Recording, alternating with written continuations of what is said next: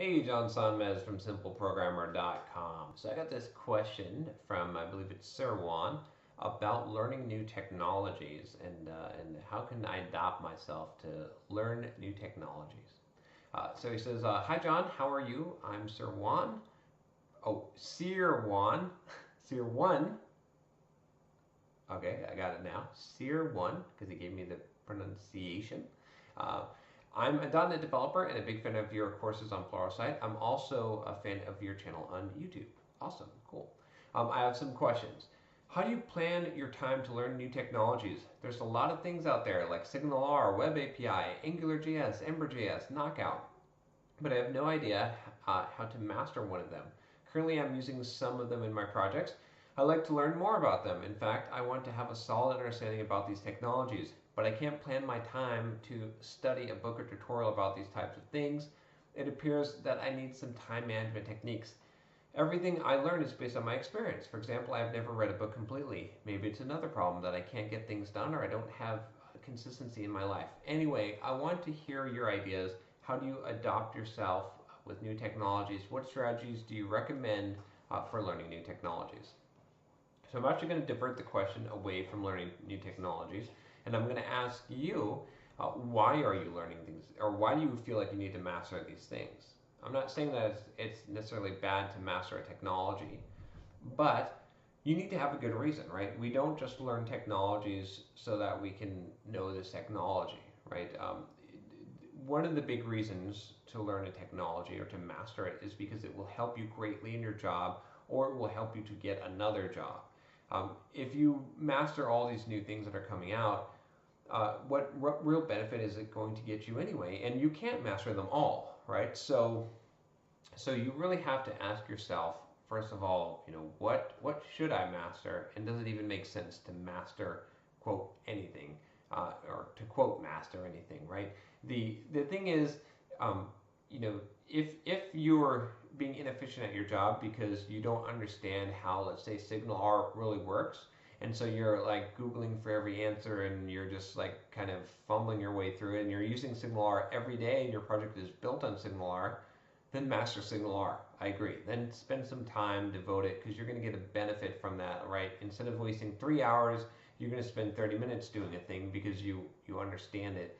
The same thing would apply if you're planning a job in a certain area. You're trying to move up, and you know that there's, getting expertise in this area is going to help you, then yes. But aside from that, I think a lot of people they feel like they need to know all these things or master all these things, and that's not the case. In fact, what you're doing is from what I can tell, is the right course of action, which is you're learning things from your experience. As you're using them, you're learning the things that you need to know.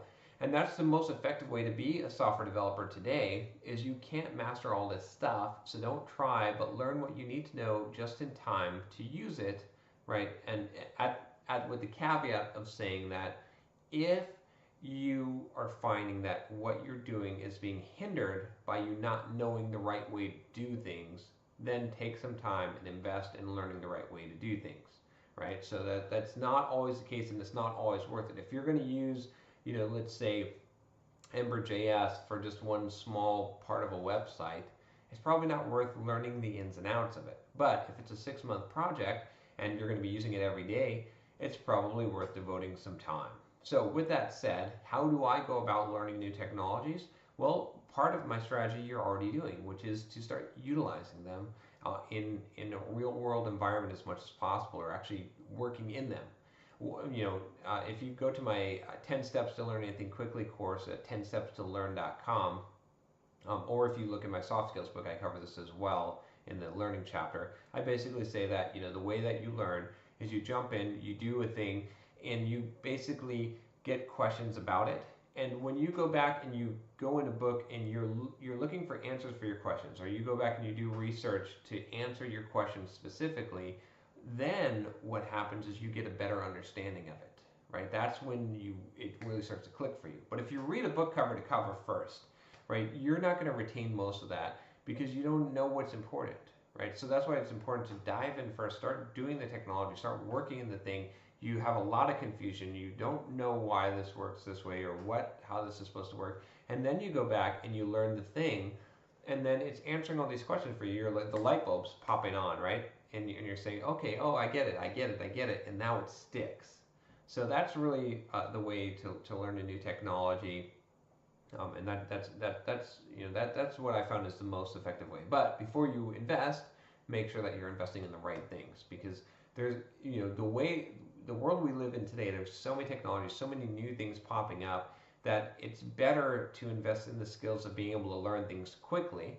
That's why I created the 10 Steps to Learn Anything Quickly course. It's better to invest in that than it is to invest in becoming a master in one or two particular technologies that may change, unless there's a real good reason for that. Now this might seem to go against my specialization thing, which I still recommend that you specialize in an area. But when you're talking about working with like 5 or 10 different technologies, you can't specialize in all of them.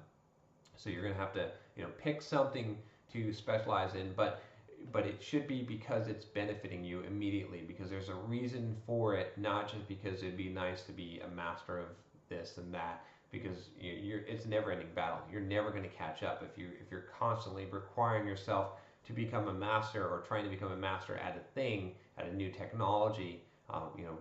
Become a master at the basics, at the root type of things, at solving problems, at designing algorithms, things like that are timeless. That's a much better use of your time.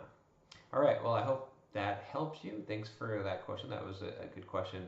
I think a lot of people have expressed in one form or another. If you like this video, don't forget to subscribe to the channel, and you'll get more videos like this coming at you like 3 times a week. All right, take care.